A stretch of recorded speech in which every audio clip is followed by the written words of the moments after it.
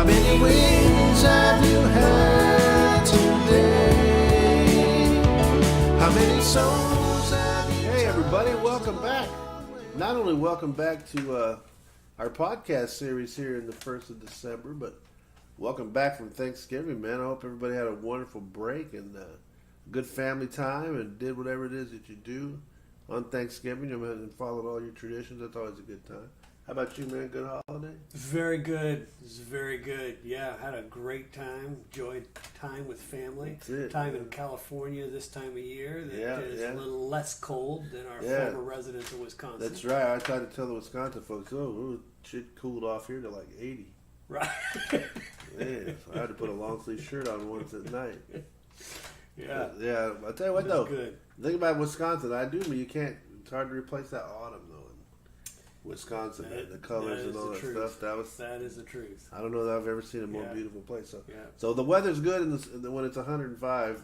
Then I can complain about the weather here, but most of Wisconsin, I like the weather there. It was fun. Anyway, so let's talk, man. We're gonna have kind of a this how many wins conversation today is gonna move into a little more. Not that we're not talking serious tone, but a little more challenging tone, because schools and again I'm going to say not just the high school, but the high schools are important models of this particular issue. One of the things about culture and climate that your culture can't survive very long if your processes aren't in place, and if the climate is not solid and consistent. So the two things work together. We've talked in the previous podcasts about climate and culture, and we've really focused on culture. And so I want to talk a little bit about how culture drives climate, and in a couple of levels. Number one, as the leader, one of the things that we have to do, unfortunately, we're in this constant job interview with our community for credibility. Are we doing a good job? Are we good leaders? And so we're constantly trying to win the game of leadership, make people believe we're effective. And our staff and students are the same. They're constantly looking to see if we have holes in what we're doing. And not to be evil, but that's just part of the game. They want to see if we're doing a good job. They want to see if we do what we say. And so I've always said this, and I've done this in places that I've been, and I've had great success in places with it, and struggle with it in other places. But the bottom line is that I think, as leaders, we can create some of our greatest victories and some of our earliest victories if we respond to the student climate issue of discipline.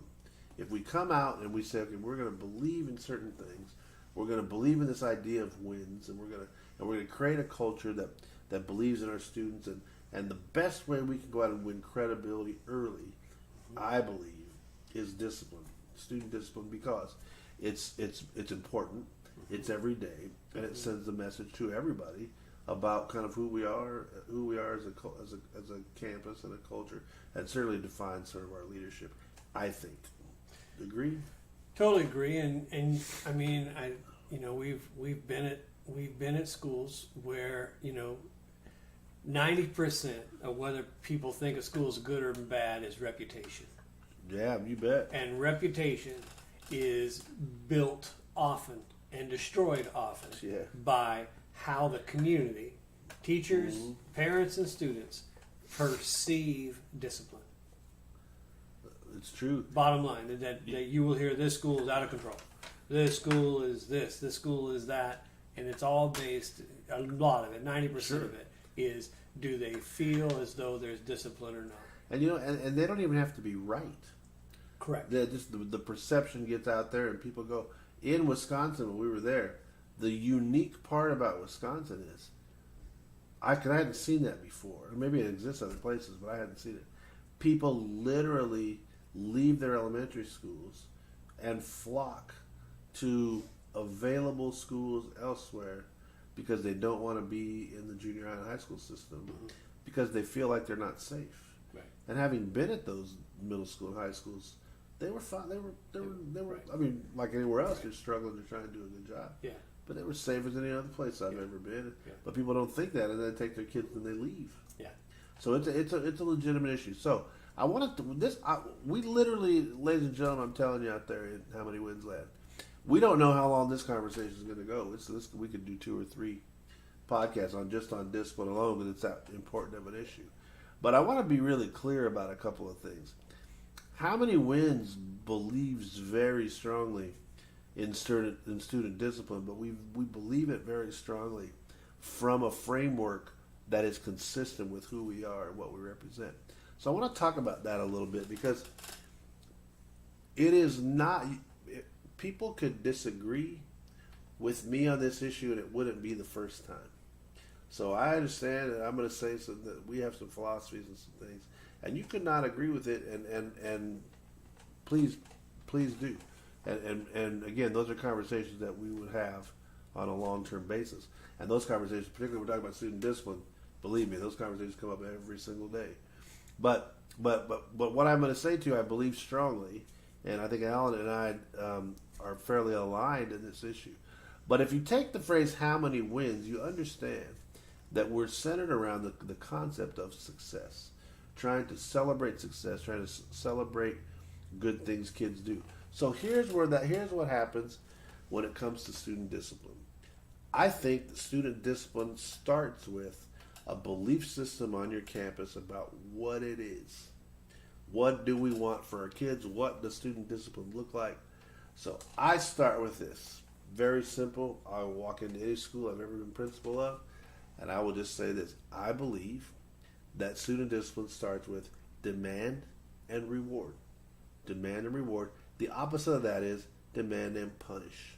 I don't believe we get what we want if punishment is our guide. That's the fundamental principle of How Many Wins. Demand and reward. Dr. Harris, your thoughts? Yeah, I mean, talking about discipline, the one piece that always does come to mind to me is it is a big place where race intersects, right? Mm-hmm. I mean, we know that happens in classrooms and those pieces, and we do have to deal with the racial realities of discipline that happened on our campus and how we're responding, and human nature sure. to respond differently and have different feelings and processing that.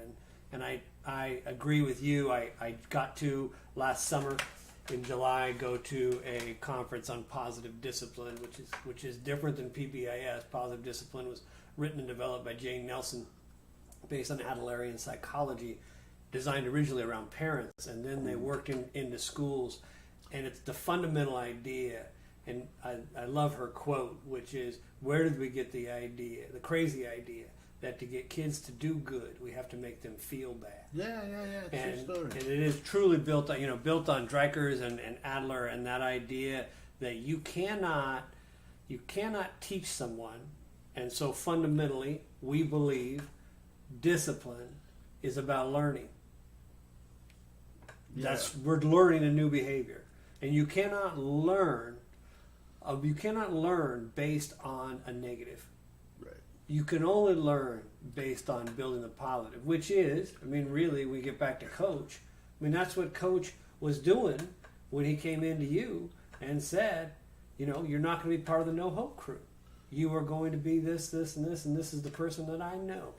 And built that. We want to have discipline at our schools to be that as its fundamental purpose, and don't confuse that kindness with weakness. Yeah, it's kind. That's and a really fun. good point. I wish I had $1 for every time I heard a teacher say, "We need to teach those kids a lesson," and I agree with teach them a lesson. I don't know, but there sometimes other people's version of a lesson and mine are not the same thing. So let's back up a little bit. So if we talk about demand and reward as the idea, and we talk about this thing like positive discipline. Let's say first, you bring something up, and I think it's important for people to understand. Research recently, and I say recently, from 2000 on, there's been a lot of talk about this issue, and things like PBIS, the Positive Based Intervention System, RTI, the Response Intervention System, Restorative Justice, the Positive Discipline thing. Those center on positive responses where kids can achieve, or kids are held accountable through doing something positive. So research is telling us that this is a better way to learn, and this idea of kicking kids in the teeth in a more practical matter. I worked in a school where kids are wearing ankle monitors and they live in just incredibly difficult conditions. 10 minutes of detention isn't something they're going to respond to. Well, the other thing, that the studies have shown, and the rework of the California school report card isn't perfect. But one thing I really appreciate about it is that the way they measure a school related to discipline around suspensions is it counts if you suspend a kid the first time, because what they know from the research is in that whole schools to prisons pipeline that the process of suspension is very similar to the process of the judicial jail system. Yes. And what we end up doing is teaching children the exact pattern and process, and they begin to define themselves that way. I totally agree. And it isn't that we don't suspend, but what we do is that we suspend based on learning and processing and reducing recidivism, but most importantly, how we bring that child back into the school and that they do belong. Because, as we've said, in our previous podcast, it's about belonging, feeling significant, and feeling capable. Well, it's an important distinction too, because people will go like, "Oh, the answer is kids do stuff, don't suspend them." That's absolutely not what I'm saying. The point is, no, if kids get in a fight and they knock each other out, the punishment for that is a suspension. The behavior as a consequence. And you get it. But the point is, we send you out and we bring you back with some really good instructions, some really good lessons about how to do it. So that's where I want to start this conversation. So if we're going to have a climate of demand and reward, it's got to start somewhere. And we have to have a plan to get where we want. So my thought about it is this: I can set up some expectations for the climate, some expectations for the culture, to create a disciplined environment that changes the way we look at student behavior. So here's the first thing. Number one is I want to create some school-wide opportunities to create conversations about positive behavior. So kids told me once in a conversation, if you go to school here, the only way you get attention is to get in trouble. That is absolutely not what I want. Right. So we had to create, one of the first things we did is create conversations around, and literally as silly as, and I'm probably silly, as silly little rewards for classes who did things well. We picked certain things over the course of the year. Attendance was one. How many people, we have no truancies this period. Kids turning in homework over a 2-week period. And teachers and classes literally scored it, and we had fun with it. But it rewarded kids for doing the right thing. Yes. So that was one. Some school-wide things that we did on a consistent basis year-round to reward positive behavior and start a conversation about positive behavior. Sure. And number two, we discovered that we do a lot of telling kids what not to do. We don't spend a lot of time telling kids what to do. And when I got to my high school in Wisconsin, one of the first things I did was I walked into the building. Literally, this is the first, and outside was don't talk, don't come in, don't, and it was all this negative. So I was like, it's not very welcoming. Then I walked around the hallways, just trying to get my feel for the place. Yeah. And everything was don't this, don't that. And I finally looked, and this was not a philosophical conversation. I literally was just walking around to people. I said, so I just learned 37 things I can't do here. So what can I do here? And that was my aha moment. I said, wow. And so part of discipline is giving an alternative to not so this whole idea of positive discipline has to come with a component of what do we want you to do? Right. Yeah, I mean, you have to, that's that Dreiker's positive discipline piece, that you have to build on a positive behavior and also realize that we're teaching them, right? I mean, this is, they're learning. I think sometimes we have teachers or community members, parents, others, that you just have to force them to behave. Right. Well, it's that somehow it's actual learning process of what in this culture of the school behavior looks like, discipline looks like, and then building exactly. And I think that idea that you talk about, you did it at Case was around recognizing the positive actual action, right? That is tangible. When you do something, that becomes something people want to replicate. Well, it was a. I to be honest with you, I literally think I got it from a group of kids, and they came and said, "What if we did?" And so we did it, and it made a difference. But one of the lesson or the message to people was, to our students was, do you know that if you do it right, you get rewarded for that in life? Like doing things well, comes with something good. You don't get a cookie or a pizza all the time, but you do get to have a job and you get a diploma. And Right. so, but there is rewards for Right. positive behavior. Right. And when you're dealing with kids that don't have a lot of positive stuff, they don't know that. Right. You think they know that, but they don't know No. that. No. So so one of them is creating this environment where positive behavior is rewarded. And the second thing I really want to talk about today is so many problems that come up in my office, in the principal's office, don't necessarily come from the violation. They come from what happens after the violation. And this conversation that happens between students and teachers, students and administrators, when we speak in a way that it's so loud and volatile, we get so much more. It's so important how we talk to kids through the disciplinary process, and to not escalate a situation into something much worse. Yeah, I mean,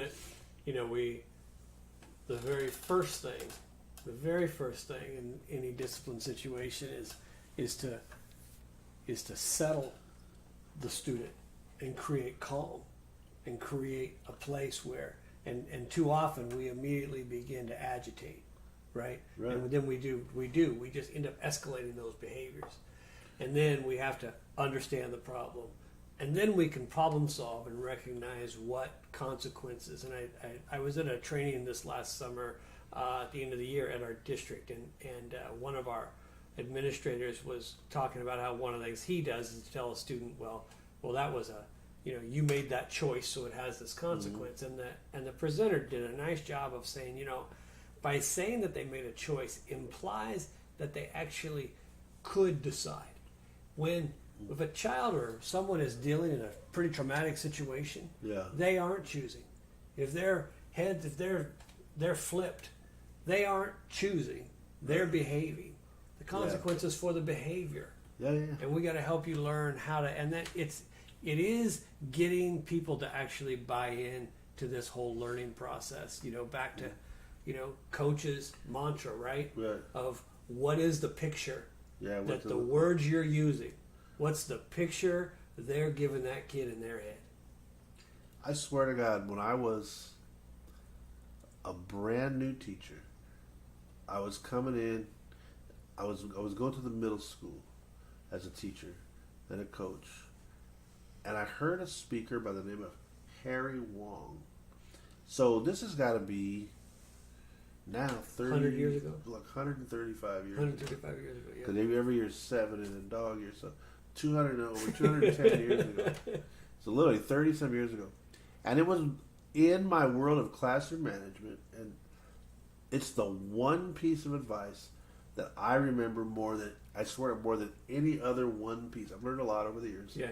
But there was one thing that he told me that I will never forget, and I've used it. He was like, discipline is not between me and you. If there's a behavior you're trying to, as a teacher, you're trying to, but you don't have to win. You don't have. It's not about you.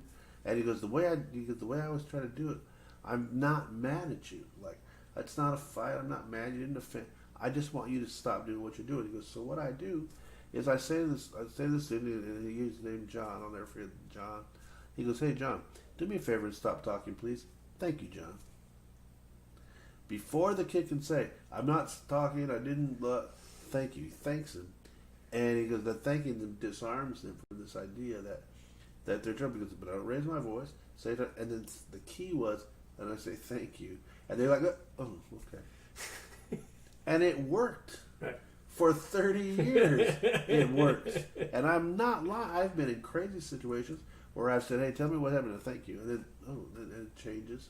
Right. The way I speak to them And I tell them all the time, hey, dude, you didn't do anything to me. You're not in trouble. Right. I'm not mad at you. Right. I mean, you got some consequences there, but it's not between me and you. Right. And kids get that. Yeah. But we get in this idea, and I've seen it so many times where adults have to win the argument and be right. Right. And I'm mad, and, rah, and it just doesn't help. The line they use in positive discipline that I really like is connect before you correct. Yeah. That's really good. And that's it. You have to know the person, right, and create that connection. And then you can correct, and it's not personal, but Right. it's about growing. Yeah. So I'm going to get back to that in a second, because my two pieces are this idea of, like I said, of using good language and using good voice. But you bring this other part into it, which is so we forget so many times when we get into the discipline, particularly at the large scale of a middle school, high school, where you're taking a couple thousand kids, and my schools have been 3,000 and 2,000 kids, and it gets, you start that assembly line, mass unit process, but you forget the correction piece. And that whole idea of like, I'm going to send you home today, or you're going to detention tonight, or whatever it is. They got you in trouble, or we kicked you out of class today.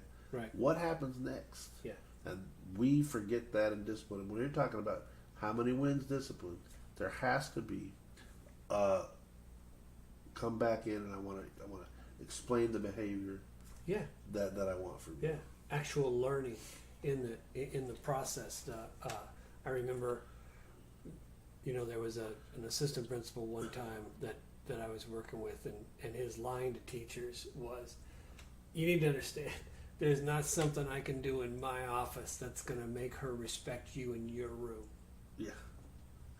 It's really true. And it was a great point, that at the end of the day, this positive discipline piece begins with creating a feeling of respect between the students and the adults. And too often, I think there's this idea that we can send the student out of where they're having an issue, right, and do something outside with no context of doing anything inside, and somehow they're going to return and change. Right. When we know that if there isn't a sense of respect and you don't work on that actual environment it's happening in, we won't get change. And what we do know, as you said, is you get change through using a positive-based approach to generating disciplined behaviors. Yeah, I agree. And this is one of those areas where I have made, we're human too. And there have been times, plenty of times, where I just lost my stuff. Yep. That happens. We're all human. Not my best self. Yeah, we're all human. Absolutely. We have those days. Yeah. And so it's not about, like, discipline's hard work, man. And so it's not about being perfect. It's not about never making a mistake. And it's always, sometimes I'll throw it out and just, and lose. I've done it plenty. Yeah. But so it's not about, so you understand you have to be human. You have to allow yourself to make mistakes too. But the bigger idea is, what we're trying to get at the end is a better equipped young person who knows what to do next time. And I think where you talked about the research, what we're really learning now from the studies and understanding in a better place is when we talk about using positive discipline and actually the teaching, we're actually talking about making sure we have social emotional learning going on in schools. That the children, the students, whether they're in kindergarten or a junior or a senior or 8th grader, they're learning the academic, but they're also learning social emotional learning. And if those two things, we have to teach them both. Yeah. I noticed something about when I went to Wisconsin. And Wisconsin was a high impact district because there was so much poverty and there was so much and there was so much homelessness, joblessness, all the things that go with poverty, right? And so, but in the district, there was kids would go to school, and then they would go home, and then they would go through the system, and there was never, and then they get to middle school and high school, and attendance was challenging and discipline was challenging, but there was no systemic conversation about character or social growth and even in a place where Clovis, which is completely not received at all, but they implemented character counts, and I don't know, I don't know whether that's the right answer or not. I don't know, but it was at least, but there was conversations you could have with kids from kindergarten on about the way to behave and that whole social maturity issue, and you could create those, and so districts need to have those. There needs to be some sort of a thing, and I know the thing you went to with positive discipline, it creates a conversation where kids can have from the time they start school to the time they graduate that helps say this is what we want. Yeah, I got to hear a presentation by a woman by the name of Jody McVitie, who runs the Sound Discipline organization up in Washington, and she talked about working on the social emotional learning and the positive based approach to actually developing discipline, and that you'll often get feedback from teachers that, well, my plate's already full. I can't do this one more thing, you know. Right. And her response, I thought was a good one, was the idea that, well, you know, if you think about positive discipline and social emotional learning as the actual plate, well, if your plate has holes in it, you can hold any food anyway. Right. So if you don't work on the actual plate, you're not going to be able to do anything else.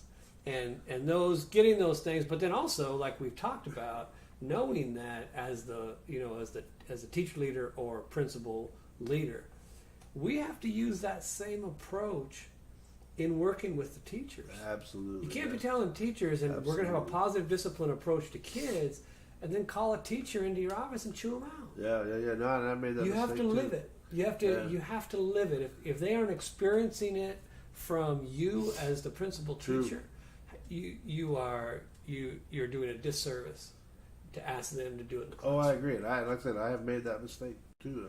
I've done it right a lot, but I've also done that poorly. And so again, it's something we always. And that's like, you know, we talk about culture all the time. A positive culture is a place where we can make mistakes. Yeah. Mistakes are fine things to make. And one of the best things that students can see a teacher do, and teachers can see a principal do, is say, "Not my best self, there, people." Yeah. That one's on me. That's the one thing. Yeah, that's a good place to rest. And I was going to say the same thing when you were saying. The two greatest words I've learned as a leader is "I'm sorry," and that is a true statement. Sometimes, man, you just got to go. You know what? I didn't do that right. I'm sorry.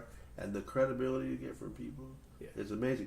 But isn't it something you can teach kids too? Like when they do something stupid or something goofy. Right. I'm sorry. It's a pretty good, powerful way to get out of it. And isn't that discipline? Amen. Amen. Yeah. So let's wrap it up. And I apologize for my cold, but let's wrap this up. We talked about a lot, and we'll talk more about this because there's a lot of areas when we talk about discipline from classroom, from student work and classroom behaviors and all that kind of stuff.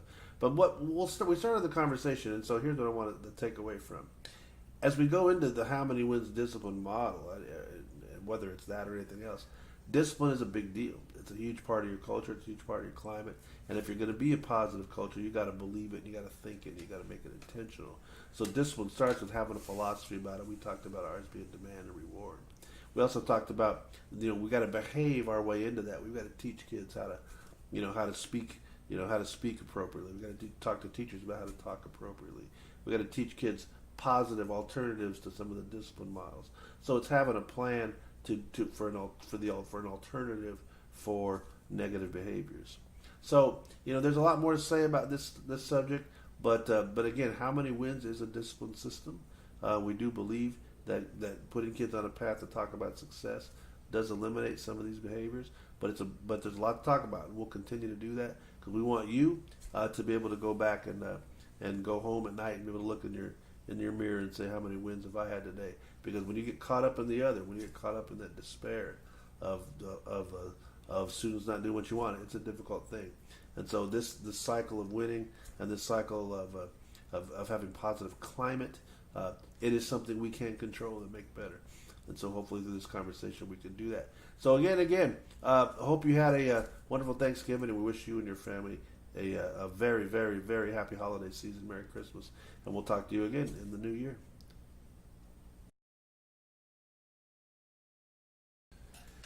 Oh, all right. Dude, man. I could write a book. I don't know about you do, but I actually have a book in my head. I have a book of all the crazy stuff that I've seen. And my book's going to be called You Can't Make This Stuff Up. No, I know. I was going to use a different word than stuff. You can't make this stuff up. Tales from the principal's office of all the just crazy discipline stuff I've seen. But sometimes, man, Do you have a craziest one? I have a bunch of crazy ones. But I have one that was my most fun.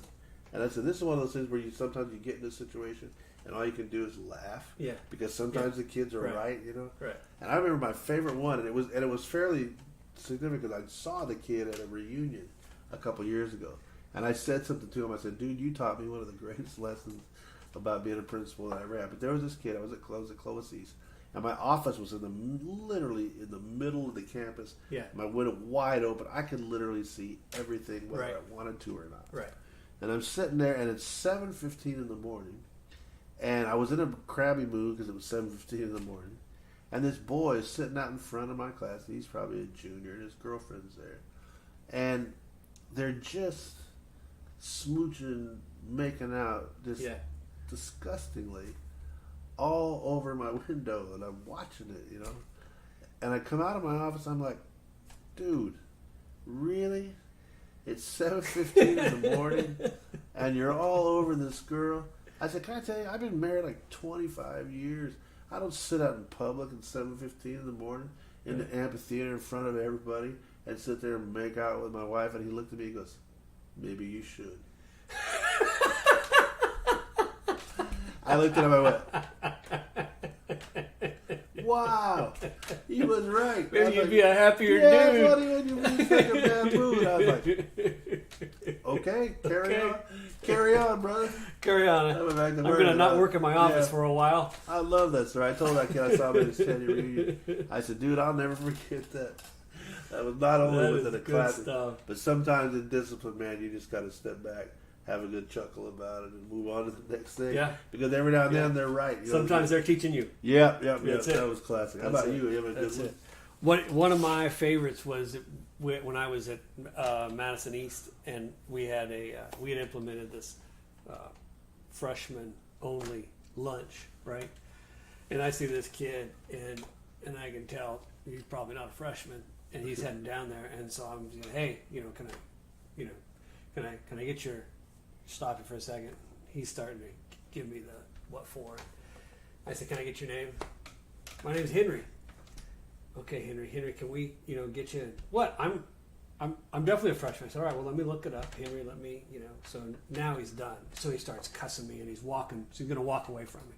So I start following, and I'm like, hey, Henry, Henry, walks down. We had this big, common area he's walking through. He's screaming at me, F you. Can you believe this? Hey, is doing this to me, that to me. Walks through. We had a big theater. Teacher's teaching a class. Walks through the middle of that class, right across the theater with me following him, saying, "Can you believe this?" and just cussing me or whatever. And I just keep following. So I give him the other side. And I'm like, "Look, Henry, I don't want this. I'd like to end this. So just can you help me out? Give me your last name. We can move on." My name's not effing Henry. Oh, what's your name? It's James. The kid runs off. So I get my dean of students, say, hey, I got a kid. I'm pretty sure his name's actually James. So later that day, I'm walking by her office, and she says, can you come in for a second? Comes in, and this kid goes out, and he goes, dude, I had no idea you were the principal. Wow. He thought you were some dude harassing him. He thought I was just some dude following him around Wow, campus man. harassing him. It is James, right? That's classic, man. Yeah. Who are you, really? Dude. And there it is, I had man. no idea. What you'll find in a high school It campus, is. man. Good stuff. That's a chapter in my book, man. Yeah. Very good. I'll sell it to you for $25. Did I say 25? 35 bucks. Yeah. 30, it keeps going. Merry up. Christmas. Yeah, For thank you. $40, a great gift idea. That is a great gift. Yeah, idea. enjoy.